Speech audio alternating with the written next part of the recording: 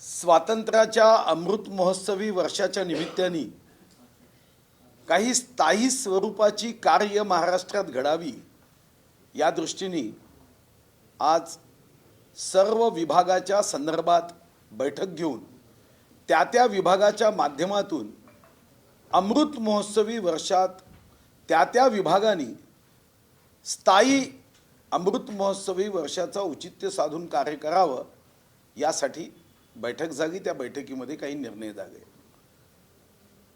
साधारणतः यशदामध्ये राज्यामध्ये विभिन्न विभागातील कर्मचारी अधिकाऱ्यांना प्रशिक्षण देतो,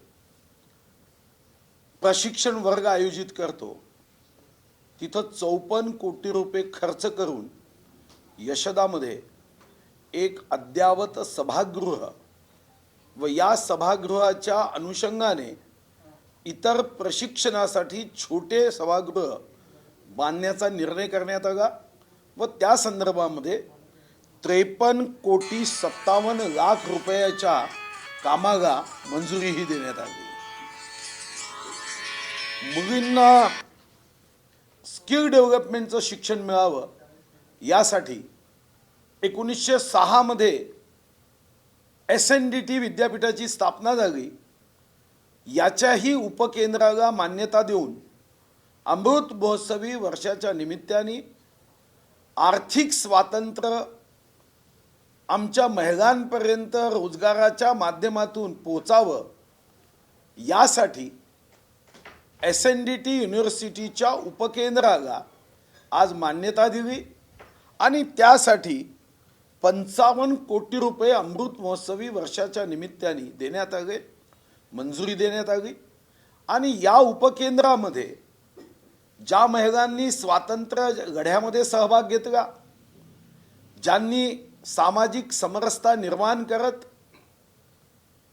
क्रांतिज्योती सावित्रीबाई फुले असतील, ज्यांनी मुलींना पहिलं शाळा काढून शिक्षण दिलं, यांच्या संदर्भामध्ये सुद्धा त्या ठिकाणी एक मोठी माहिती केंद्र, एक या सर्वांना एक प्रेरणा देण्यासाठी माहिती केंद्राच्या माध्यमातून या सर्व महामानव ज्या आमच्या महिलांचं योगदान या राज्याच्या विकासामध्ये आहे त्या संदर्भात 55 कोटी रुपयाच्या माध्यमातून SNDT युनिव्हर्सिटीचं उपकेंद्र निर्माण करण्याचा निर्णय झाला आहे। सामाजिक न्याय विभागाला अमृत महोत्सवी वर्षाच्या निमित्ताने दिव्यांगांच्या संदर्भात एक विशेष कार्यक्रम करण्याच्या दृष्टीने सूचना करण्यात आल्या।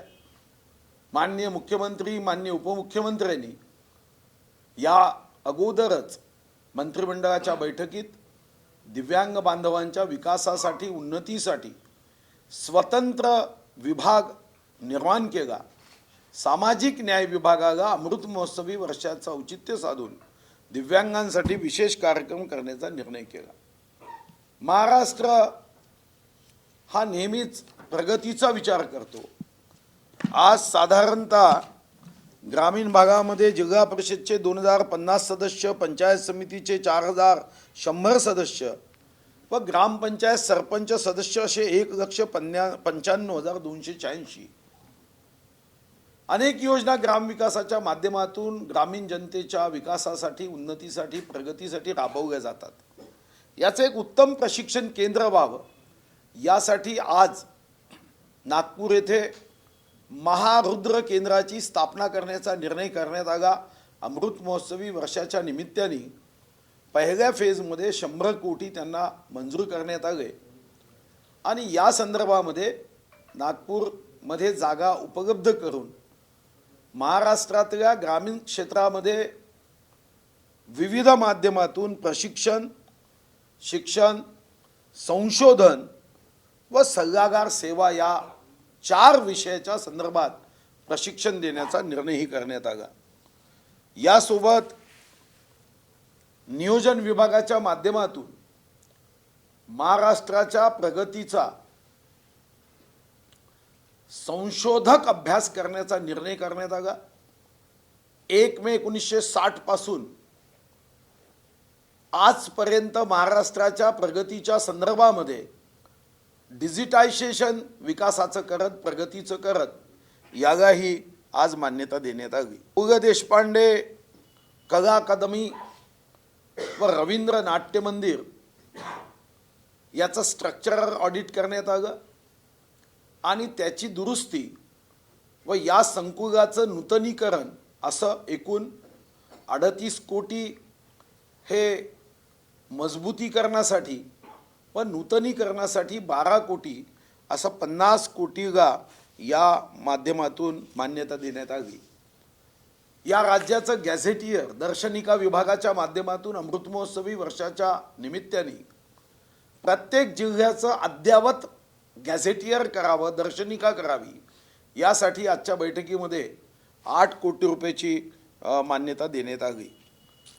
महाराष्ट्रामध्ये या अगोदरच हिंदी, सिंधी व गुजराती साहित्य अकादमी आहे, पण महाराष्ट्रात मोठ्या प्रमाणावर भिवंडी असेल, सोलापूर असेल, गडचिरोली असेल, चंद्रपूर असेल, या विभागामध्ये तेलुगू भाषिकांची मोठी संख्या आहे।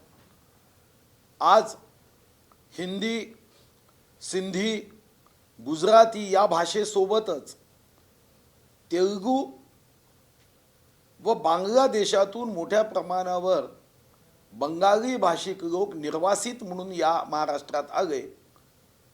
बंगाली आणि तेलुगू या 2 साहित्य अकादमी याला आजच्या बैठकीमध्ये मान्यता देण्यात आलेली आहे। यासोबतच 2 महत्त्वाचे निर्णय हे या बैठकीमध्ये घेण्यात आले आहे की अमृत महोत्सवी वर्षाच्या निमित्ताने प्रत्येक जिल्हा स्तरावर महाराष्ट्राचा जो आमचा वीरतेचा, पराक्रमाचा, शूरतेचा ऐतिहासिक वारसा आहे, यावर आधारित अमृत महोत्सवी वर्ष कार्यक्रम साजरा करावा, यासाठी सुद्धा आज मान्यता देण्यात आली आहे। याच्या तारखा निश्चित होईल आणि त्यानंतर प्रत्येक जिल्हास्थानी 3 दिवसाचा अमृत महोत्सवी हा शूरतेचा, वीरतेचा, पराक्रमाचा वारसा लोकांच्या हृदयापर्यंत पोहोचवण्याच्या दृष्टीने कार्यक्रम निश्चित केला जाईल। आज सांस्कृतिक धोरणाच्या संदर्भातली पहिली बैठक घेण्यात आली। या अगोदर 2010 मध्ये महाराष्ट्राचं एक सांस्कृतिक धोरण तयार करण्यात आलं आहे। 10 वर्षांनी याचा आढावा घेणं गरजेचं होतं। यावर किती अंमलबजावणी झाली याची माहिती घेणं आवश्यक होतं आणि त्याही दृष्टीने आज पहिली बैठक झाली। येणाऱ्या काही महिन्यामध्ये एक परिपूर्ण असं सांस्कृतिक धोरण महाराष्ट्राने करावं असा निर्णय करण्यात आला। यासोबत 2 अतिशय महत्त्वाचे निर्णय आजच्या बैठकीत घेण्यात आले। छत्रपती शिवाजी महाराजांच्या राज्याभिषेकाला 6 जून 2024 ला 350 वर्ष पूर्ण होते। छत्रपती शिवाजी महाराजांचा राज्याभिषेक 6 जून 2024 ला जेव्हा 350 वर्ष पूर्ण होईल, तेव्हा राज्याभिषेकाच्या मागचं छत्रपती शिवाजी महाराजांचं स्वप्न आणि संकल्प हा महाराष्ट्राच्या गावागावापर्यंत पोहोचावा आणि छत्रपती शिवाजी महाराजांचं जे स्वप्न आहे, संकल्प आहे, या संकल्पानुरूप महाराष्ट्रात प्रत्येकाच्या कामातून, कृतीतून तो संकल्प पूर्ण होण्याच्या दृष्टीने योगदान व्हावं, यासाठी हा राज्याभिषेक पुन्हा 350 वर्षानंतर म्हणजे 6 जून 2024 ला रायगडावर हा साजरा करत पुढील वर्षभर 6 जून 2023 ते 6 जून 2024 हे राज्याभिषेक वर्ष घोषित करत महाराष्ट्रामध्ये विविध कार्यक्रमाच्या माध्यमातून हा राज्याभिषेक जनतेच्या सहभागातून, लोकसहभागातून राज्याभिषेकाची जी वैचारिक भूमिका आहे, ती भूमिका ही गावागावापर्यंत, जनतेच्या मनामनापर्यंत पोहोचवत छत्रपती शिवाजी महाराजांच्या संकल्पाचा महाराष्ट्र घडवण्यासाठी सर्वांनी एकत्र येऊन हा राज्याभिषेकाचा सोहळा पुन्हा एकदा साजरा करत हा आमच्यासाठी 6 जून 2024 हा शपथ दिवस, संकल्प दिवस हा करण्याच्या दृष्टीनेही आज निर्णय करण्यात आला आहे। यासोबत महाराष्ट्रामध्ये साधारणतः पुरातत्व विभाग, संग्रहालय विभाग यांच्याकडे 88,000 पेक्षा जास्त वस्तू आहे। काही नाणी तर अतिशय दुर्मिळ अशी आहे जी रिझर्व्ह बँकेत आहे, पण हे बघण्यासाठी सुरक्षित ठेवण्यासाठी ज्या पद्धतीने याची व्यवस्था हवी त्यासाठी कोणतेही संग्रहालय नाही। एक देशातलं उत्तम संग्रहालय 30 एकरमध्ये करण्याचाही निर्णय हा करण्यात आला। यासाठी जागेची उपलब्धता याच्यावर विचार करण्यात आला आणि जगामध्ये जे सर्वोत्तम संग्रहालय आहे त्यापेक्षाही उत्तम संग्रहालय हे महाराष्ट्रात करण्याच्यासाठी ज्यांनी बिहारचं, गुजरातमध्ये सरदार वल्लभभाई पटेल या संग्रहालयाचं ज्यांनी निर्माण केलं आहे त्यांनीही प्रेझेंटेशन या अगोदर दिलं आहे। एक अधिकाऱ्यांची समिती या ठिकाणी पाठवून जगातलं सर्वात उत्तम संग्रहालय करण्याचाही आम्ही संकल्प केला आहे आणि या दृष्टीने आजच्या बैठकीमध्ये अमृत महोत्सवी वर्षाच्या निमित्ताने काही योजनांना मंजुरी दिली, काही कार्यक्रम निश्चित करण्यात आले। यावर आपल्याला प्रश्न विचारायचा असेल विचारते। संग्रहालयांसाठी आता 3 स्थान आपण ठरवले आहे। जागा साधारणतः 30 एकरच्या आसपास हवी आहे। तर पुण्यामध्ये 6 एकर जागा उपलब्ध आहे, पण 6 एकर जागेमध्ये जगातलं सर्वोत्तम संग्रहालय करता येणार नाही। मी स्वतः बॉम्बे पोर्ट ट्रस्टचे राजीव जगोटाजी यांच्याशी चर्चा केली की BPT मध्ये आपल्याला जागा 30 एकर उपलब्ध जर केली तर ते संग्रहालय मुंबईमध्ये होऊ शकतं। पण त्यांच्याकडून उत्तर देण्यात आलं की केंद्र सरकारशी तुम्ही चर्चा करा, आमच्या संबंधित मंत्रालयाची चर्चा करा, त्यांच्याकडे जागा आहे। जर BPTने 30 एकर जागा दिली तर हे संग्रहालय हे मुंबईमध्ये करणं हे निश्चितच औचित्याला धरून होईल, कारण मुंबई ही महाराष्ट्राची राजधानी आहे, आर्थिक राजधानी आहे आणि सांस्कृतिक राजधानी आहे आणि त्यासाठी 30 एकर जागा ही जर बॉम्बे पोर्ट ट्रस्टने आम्हाला दिली तर त्या ठिकाणी करण्याचा साधारणतः आज तरी आमचा निर्णय आहे। अमृत महोत्सवानिमित्त वेगळ्या घोषणा होत असताना कर्नाटक सीमा प्रश्नावर मात्र सरकार पळ काढते का अशी चर्चा सुरू झाली, कारण 2 मंत्र्यांनी दौरे घोषित केले होते, ते उद्या जाणार होते, परंतु ते अचानक रद्द करण्याची वेळ आली। तिकडे बसवराज बोम्मई कर्नाटकचे मुख्यमंत्री मात्र एकापाठोपाठ एक घोषणा करून महाराष्ट्राच्या जखमेवर मीठ चोळण्याचं काम करतात। मी या अगोदरही पक्षाची आणि सरकारची भूमिका अतिशय स्पष्ट केली। कर्नाटकमध्ये जेवढे राजकीय पक्ष आहेत त्या सर्व राजकीय पक्षाची भूमिका एक आहे की महाराष्ट्राचा जो भाग कर्नाटकमध्ये पंडित नेहरूंनी जेव्हा राज्य पुनर्रचना आयोगाने अहवाल दिला तेव्हा पंडित नेहरूंनी चूक केली। मराठी भाषिक भाग तेव्हा त्यांनी निर्णय करत कर्नाटकमध्ये जोडला।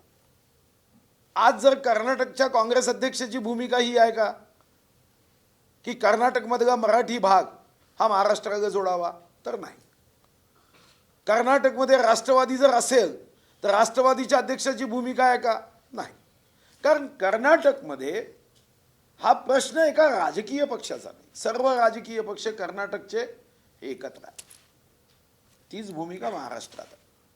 महाराष्ट्रामध्ये भारतीय जनता पार्टी असेल, बाळासाहेब ठाकरेजी यांची शिवसेना असेल, उद्धव बाळासाहेब ठाकरे यांची शिवसेना असेल, राष्ट्रवादी असेल की काँग्रेस असेल, या मुद्द्यावर आम्ही सर्व एक आहोत की महाराष्ट्राच्या हक्काचा जो भाग पंडित नेहरूंनी चुकीने राज्य पुनर्रचना आयोगामध्ये चूक करत कर्नाटकला दिला तो आम्हाला आमचा परत पाहिजे।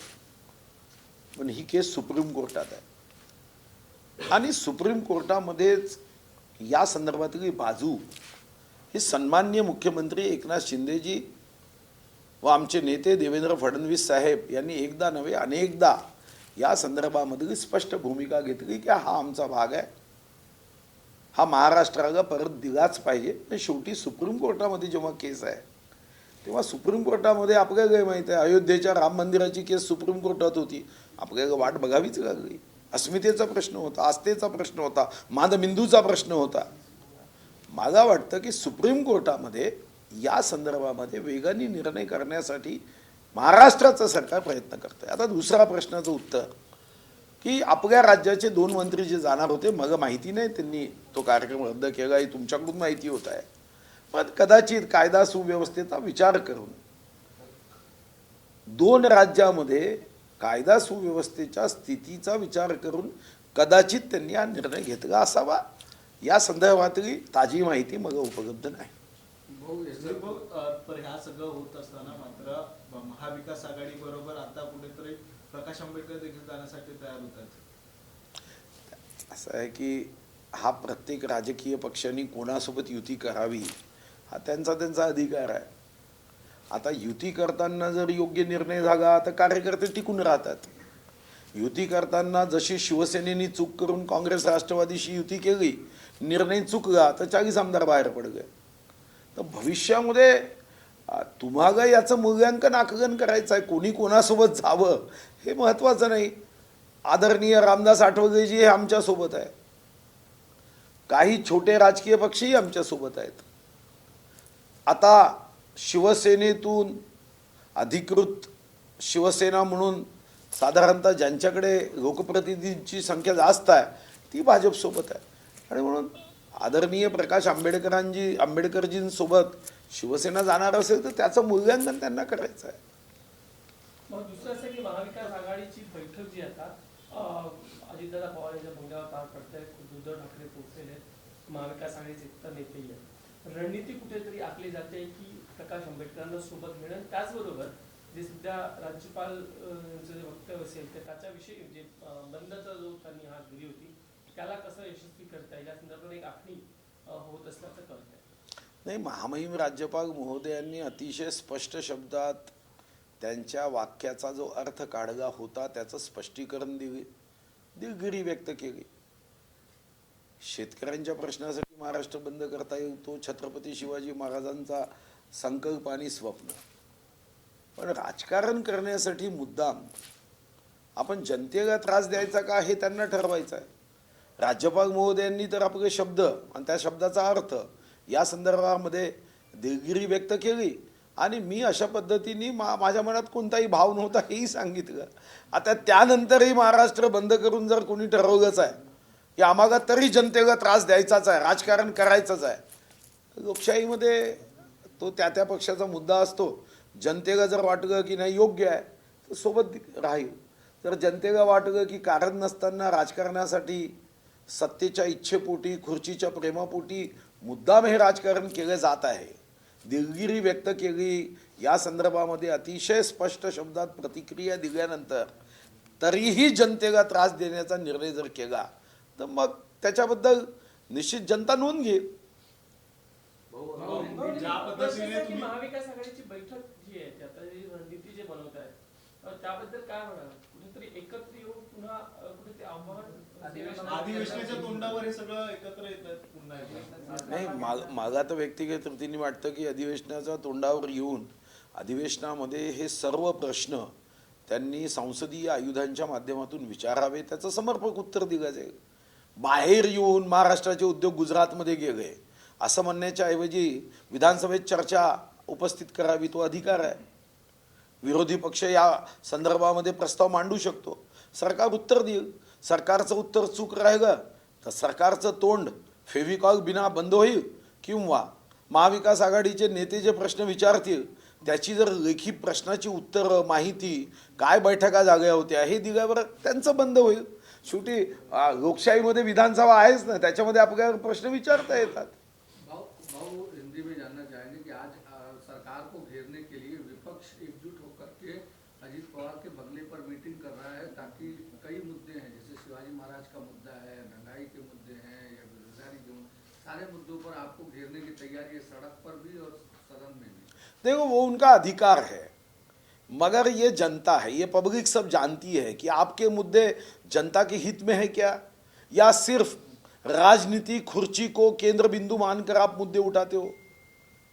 जब महामहिम राज्यपाल महोदय ने यह कहा कि जो मैंने आशय व्यक्त किया था उसका भाव ये नहीं था, मैं दिलगिरी व्यक्त करता हूं, फिर महाराष्ट्र की जनता को महाराष्ट्र बंद करके तकलीफ देना है क्या? क्यों तकलीफ देते हो महाराष्ट्र की जनता को? भैया हाँ, महाराष्ट्र के जनता के प्रश्नों को लेकर आपने कहीं आंदोलन किया तो मैं समझ सकता हूं। आपने कहा कि जनता को धान का बोनस देना चाहिए था, हमने नहीं दिया, मगर ये सरकार से हमको अपेक्षा है, तो हम तो देने ही वाले हैं। माननीय देवेंद्र जी ने एक बार नहीं 4 बार कहा। किसानों के प्रश्नों के लिए आपको कि केंद्र सरकार 6,000 रुपये देती है, हमने तो 1 रुपया महाविकास आघाड़ी ने दिया नहीं था, मगर आप दो, तो हम उस विषय में किसानों के बारे में गंभीरता से काम करेंगे। ऐसे कई विषय है। अब जनता के प्रश्नों को छोड़कर छत्रपति शिवाजी महाराज का जीवन स्वराज्य ये जनता के प्रश्नों के लिए था।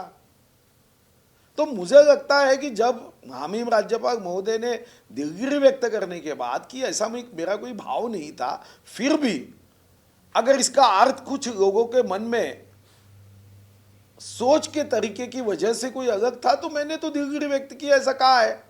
फिर उसके लिए महाराष्ट्र बंद करके हम अपने सत्ता की भूख बताना चाहते हैं क्या, ये विषय उपस्थित हो। प्रसाद लाड का बयान आया, उन्होंने कहा कि शिवाजी महाराज का जन्म कोकण में हुआ, उसको लेकर उनका कहना है कि शिवाजी महाराज के जन्मस्थल को लेकर उनके इतिहास से छेड़छाड़ कर रही है बीजेपी, लगातार स्टेटमेंट आ रहे नेताओं की। देखो कोई इतिहास को छेड़छाड़ नहीं, उन्होंने भी दिलगिरी व्यक्त कर दी।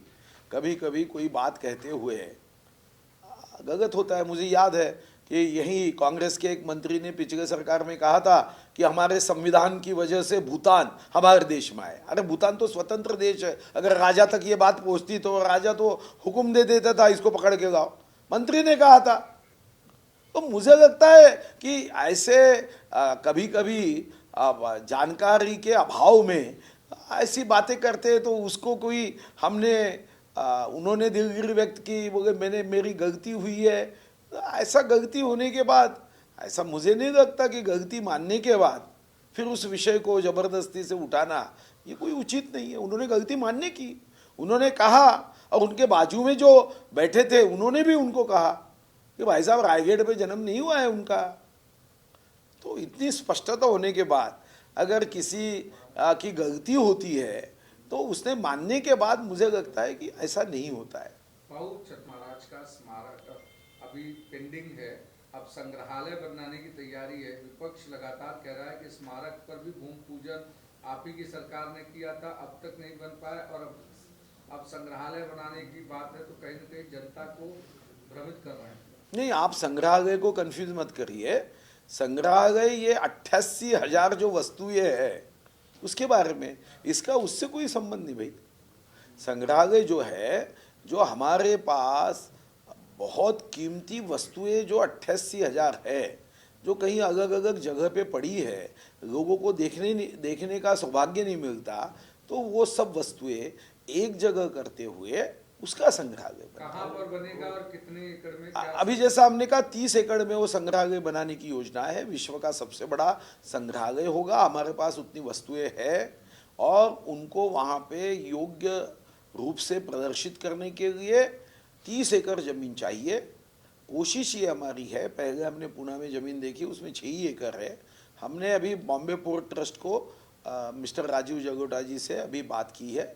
उन्होंने कहा कि आपको केंद्र सरकार से ज़मीन मांगनी होंगी, तो हम केंद्र सरकार के पास जाके मुंबई में 30 एकड़ ज़मीन मांगने की कोशिश करेंगे।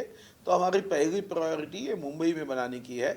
और हमारे पास बहुत ही अच्छी कीमती वस्तुएं भी संग्रहालय के पास है, जो हमारे ऐतिहासिक विरासत को ज्ञान के साथ लोगों को पहुंचा सकेगी। और बहुत अच्छा केंद्र बनाने के लिए अभी देश में बिहार का संग्रहालय सबसे अच्छा माना जाता है। गुजरात में सरदार वल्लभ भाई पटेल की जो स्टैच्यू ऑफ यूनिटी है, वहाँ का संग्रहालय अच्छा माना जाता है। विश्व के ब्रिटिश और एक देश के संग्रहालय अच्छे माने जाते हैं। उसका पूरा अभ्यास करते हुए ये सबसे अच्छा संग्रहालय बनाने की योजना है। इसका उस स्मारक से अभी कोई संबंध नहीं। वो कर्नाटक को लेकर विपक्ष लगातार बोल रहा है कि सरकार जो है उनका ध्यान नहीं है। कर्नाटक के लोग कुछ गांव मांग रहे हैं, वो मुख्यमंत्री जितनी कोशिश कर रहे हैं वैसे महाराष्ट्र सरकार गंभीर नहीं, 2 मंत्री दौरा करते फिर रद्द कर देते हैं। उसको लेकर भी आपने देखा नासिक में एक राष्ट्रवादी के नेता वहां के गांवों के लोगों के बीच में जाके कह रहा है कि तुम मांग करो, हम गुजरात में जाएंगे। मुझे कभी कभी लगता है कि हम सब लोगों में कुछ गंभीर विषयों में एकत्रित विचार करने की सोच होनी चाहिए। कर्नाटक में जो मराठी भाषिक प्रदेश गया, किसकी गलती है?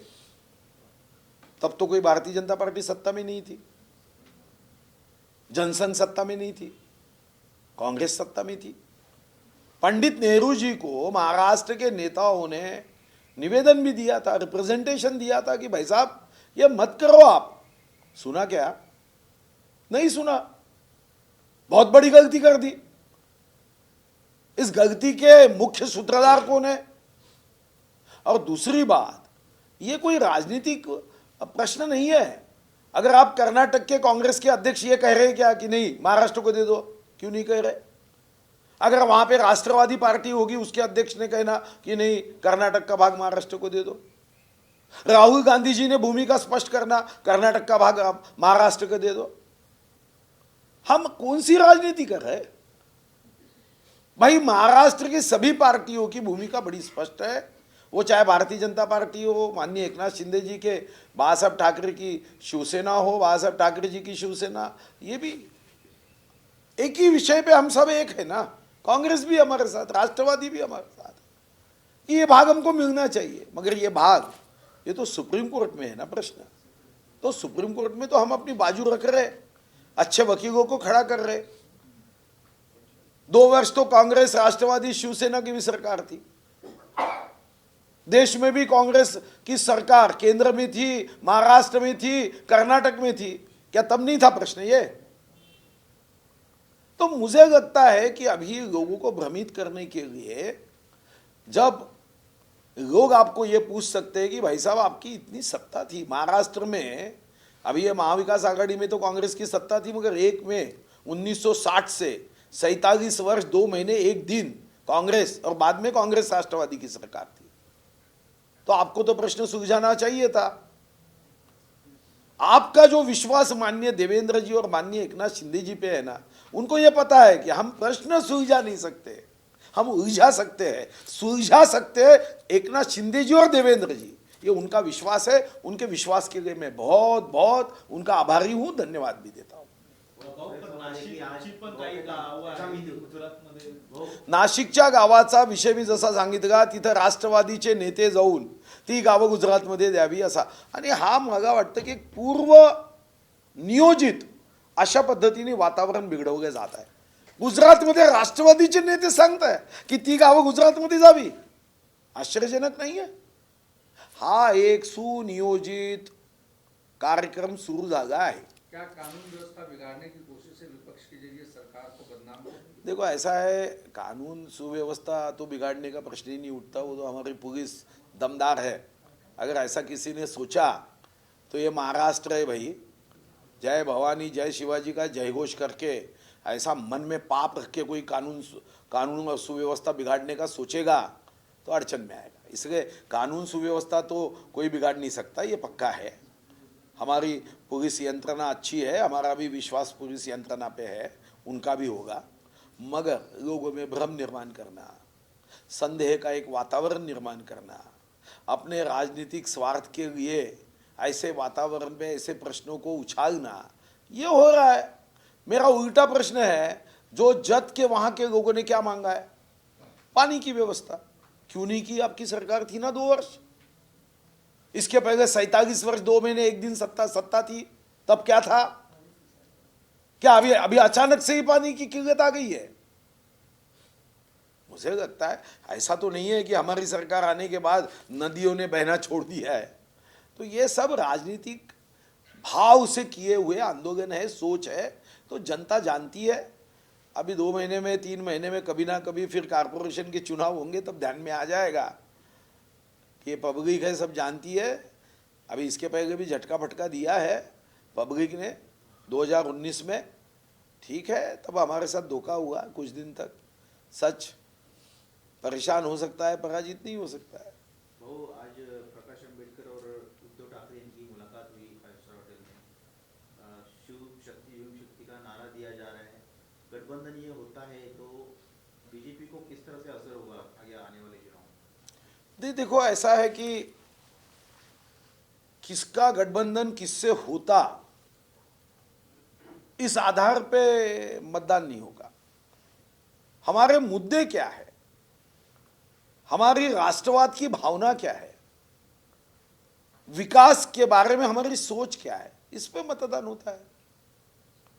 अब विकास के बारे में वो जब दो लोग एकत्र आएंगे, उनकी क्या सोच होगी, ये आधार पे होगा ना। हमारे साथ भी रामदास आठवले जी है। अब कांग्रेस के साथ प्रकाश अंबेडकर जी जाएंगे तो हमारे लिए आश्चर्य होगा, क्योंकि विश्व रत्न महामानव डॉक्टर बाबा साहेब अंबेडकर जी ने कहा था कांग्रेस ये जलता घर है। आपको भी पता है कि मुंबई के चुनाव में और भंडारा के चुनाव में विश्व रत्न महामानव डॉक्टर बाबा साहेब अंबेडकर जी को चुनाव में हराने का काम किसने किया था। अब उनकी मर्जी है। अब डॉक्टर बाबा साहेब अंबेडकर जी ने जो कहा था कि कांग्रेस जलता घर है, उसके आधार पे उनको जाना है तो ठीक है, आगे देखो क्या होता है। भाऊ, दुसरा प्रश्न असा की आज गुजरातचे इलेक्शनचे दुसऱ्या टप्प्यालाही मतदान झालेलं आहे. एक्झिट पोल जवळजवळ समोर आलेले आहेत. त्यामध्ये जवळपास असं दिसतंय की 120 हून जास्तीच्या जागा भाजपला यावेळेस गुजरात इलेक्शनमध्ये मिळताना दिसत आहेत. 8 तारखेला अर्थातच मतमोजणी आहे. ह्या सगळ्या प्रोसेसला आतापर्यंतचा प्रचार तुम्ही सगळं बघितलं असेल. आपने एक त्यामध्ये एक पुढाकार घेतला होता, काँग्रेस कुठेतरी बॅकवर्ड असतील. एकूण तुमचं आकलन काय आजच्या एक्झिट पोलमध्ये समोर येतं? असं आहे की मी गुजरातमध्ये 3 दिवस गेलो होतो आणि गुजरातचा विकास बघितला, गुजरातच्या जनतेचं भारतीय जनता पार्टीच्या संदर्भातलं प्रेम बघितलं, तर मला व्यक्तिगत रीतीने वाटतं की भारतीय जनता पार्टी निश्चितपणे पुन्हा सरकारमध्ये येईल. गेले 27 वर्ष भारतीय जनता पार्टीचं सरकार आहे आणि तिथं जेवढे प्रयोग राजकारणात होतात तेवढे प्रयोग मी देशातल्या कोणत्याही राजकीय पक्षांनी केलेले बघितले नाही. तुम्हालाही माहीत आहे की सर्व जुनं मंत्रिमंडळ गेलं, नवीन मंत्रिमंडळ आलं. आत्ताही अतिशय प्रस्थापित नेत्यांच्या 52 लोकांच्या नेत्यांच्या तिकिटा कापल्यात. म्हणजे माननीय विजय रुपानीपासून माननीय नितीन पटेल डेप्युटी सीएम पर्यंत तिकिटा कापल्यात. मी ज्या मतदारसंघात गेलो त्या ठिकाणी असणारे पियुष देसाई नावाचे 2 टर्मचे आमदार अतिशय लोकप्रिय, तरी तिकीट कापले. पण जेव्हा मी तिथे गेलो तेव्हा एक गोष्ट लक्षात आली की त्या ठिकाणी सर्वंकष विकास झाला आणि त्या विकासाच्या आधारावर तिथं व्यक्तीपेक्षा पक्ष मोठा आहे. पक्षाच्या चिन्हाच्या मागे जनता आणि मतदार उभा राहतो. भारतीय जनता पार्टीने आपली जी संघटनात्मक रचना केली आहे, विकासाची कार्य केली आहे, त्या आधारावर मला सकृत दर्शनी भारतीय जनता पार्टी अतिशय मोठा विजय प्राप्त करेल असं वाटतं. बहुत एक हिंदी होता है कि आपने कहा कि स्वराज्याभिषेक वर्ष जो है वो मनाया 350 जाएगा। उसमें 6 जून 2024 को छत्रपति शिवाजी महाराज के राज्याभिषेक को 350 वर्ष पूरे हो गए. छत्रपति शिवाजी महाराज ये नाम के जयघोष में ही ऊर्जा है. जय भवानी जय शिवाजी का जब हम जयघोष करते हैं तो हमारे रक्त के हर बूंद में एक चैतन्य निर्माण होता है. छत्रपति शिवाजी महाराज ये कोई एक सिर्फ सम्राट राजा नहीं थे, वो सुराज्य की कल्पना करते हुए सिंहासन से ज्यादा जनता के हृदय के सिंहासन में जब तक सूरज चांद रहेगा तब तक जिनका स्थान रहेगा, ऐसे राजा रहे हैं. तो ये राज्याभिषेक जब उन्होंने किया तो उसके पीछे की कल्पना क्या थी? तो छत्रपति शिवाजी महाराज ये कोई सिंहासन में बैठने के लिए राज्याभिषेक नहीं किया था. उनकी स्वराज्य की जो कल्पना थी वो सब समाज को साथ लिए हमको है आगे बढ़ना. अब छत्रपति शिवाजी महाराज के जो संकल्प स्वप्न थे उसको इस राज्याभिषेक के कार्यक्रम के आयोजित करने के साथ में गांव गांव तक पहुंचाना है। फिर इसमें कई माध्यमों का उपयोग किया जाएगा। हम तिथि या दिनांक सब राजनीतिक पार्टियों के साथ हम एक बार चर्चा करेंगे, सभी राजनीतिक पार्टियों की एक बैठक करवाएंगे। ये कोई सिर्फ सरकार का उपक्रम कार्यक्रम नहीं है, सबको लेके साथ में चलना, सब राजनीतिक पार्टियों को साथ में लेके सरकार ये राज्याभिषेक कार्यक्रम जो हमें करना है, 350 वर्ष पूरे हुए, 350 वर्ष पूरे हुए हैं, तो जो संदेश है इस कार्यक्रम के माध्यम से गांव गांव तक पहुंचाना है, वो शूरता, वीरता, वो संकल्प, छत्रपति शिवाजी महाराज की सामाजिक समरसता, इसलिए हमने आज इसका निर्णय किया। अब माननीय मुख्यमंत्री जी, माननीय उप मुख्यमंत्री जी से समय लेकर एक बार हम इसका प्रेजेंटेशन करेंगे, उनकी अनुमति लेंगे और हमारी इच्छा है कि उसी समय जब ये राज्याभिषेक फिर से किया जाएगा, इस विषय को लेकर कार्यक्रम जो किया जाएगा, तो हमारी ये कोशिश है कि उसी समय हमारी जो जगदम्बा तलवार है या अफजल खान को जिस वाघ नखों से समाप्त किया गया वो वाघनख भी वहीं है, ये दोनों भी राज्याभिषेक के समय में वापस आए, ये हमारी कोशिश है। देखो आगे क्या होता मुझे पता नहीं, क्योंकि अंतर्राष्ट्रीय स्तर का विषय है, मगर जगदम्बा तलवार भी आनी चाहिए। ये हमारी पराक्रम, वीरता की गाथा, ऐतिहासिक विरासत को आगे बढ़ाएगी। और अफजल खान के समाधि के आसपास का जो अतिक्रमण था वो हमारे विभाग ने निकाल दिया है। अब हमारी कोशिश है कि जो वाघनख वहाँ गए हैं वो भी उस दिन वापस आके वो बड़े सम्मान के साथ उस राज्याभिषेक के समय वापस दिए जाए, ये भी हमारी उसके पीछे एक कोशिश रहेगी। अब इस विषय को लेकर ये राज्याभिषेक का कार्यक्रम गांव गांव तक छत्रपति शिवाजी महाराज के संकल्प को दोहराना जाना, ये एक बड़ा कार्यक्रम हमने तय किया है और इसकी एक बार अनुमति माननीय मुख्यमंत्री उप मुख्यमंत्री जी से लेंगे। बाबू वाघनख उसी संग्रहालय में रखा हुआ है जहाँ पर छत्रपति शिवाजी महाराज की हाँ जी, ब्रिटेन में है। हमने उसका सर्टिफिकेट भी अभी मांगा, हमारे पास वो रिकॉर्ड में आया है कि जब ये वाघनख ब्रिटिश सरकार को दिए गए, वो सर्टिफिकेट भी उन्होंने अपने देश को भेजा था, वो सर्टिफिकेट भी हमने लिया है। अब उसके आधार पे पहली मीटिंग हम अमित भाई के साथ हमने समय मांगा है। पहले तो हम अमित भाई के साथ रिक्वेस्ट करेंगे, उसके बाद आगे इस विषय को लेकर हमने प्रधानमंत्री ब्रिटिश प्राइम मिनिस्टर को भी पत्र लिखा है। फिर आवश्यकता होगी तो केंद्र सरकार की अनुमति से हम उनके साथ चर्चा भी करेंगे।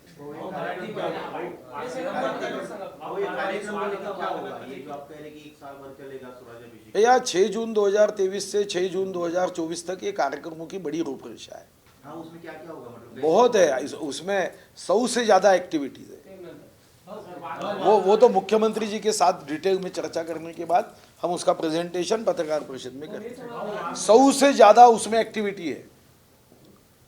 फिर उसमें अपने गढ़ किले से लेके छत्रपति शिवाजी महाराज के डिजिटल बुक के माध्यम से उनकी जो ऐतिहासिक विरासत है वो पहुंचाने से लेके कई हमने बातें तय की है। भाऊ, वाघनख जशी जगदंबा तलवार आणणार अशी घोषणा केली, वाघनख देखील परत महाराष्ट्राच्या त्या पराक्रमाचा वारसा सांगण्याचा प्रयत्न आहे, कारण वाघनख त्यांना देण्यात आली। आता आम्ही अफजल खानाच्या समाधीपासचं अतिक्रमण हटवलं। अनेक वर्षापासून ही मागणी होती। गेले 28 वर्ष त्या विभागातली जनता प्रयत्नपूर्वक या संदर्भात आंदोलन करत होती आणि जेव्हा ही गोष्ट माझ्या लक्षात आली तेव्हा आपण अफजल खानाच्या आसपास जेवढं अतिक्रमण होतं, 0.22 हेक्टरचं ते अतिक्रमण काढलं, कारण आपल्यासाठी ते अतिक्रमण होऊन अफजल खानाचं उदात्तीकरण होणं हे काही महाराष्ट्राच्या दृष्टीने योग्य नव्हतं।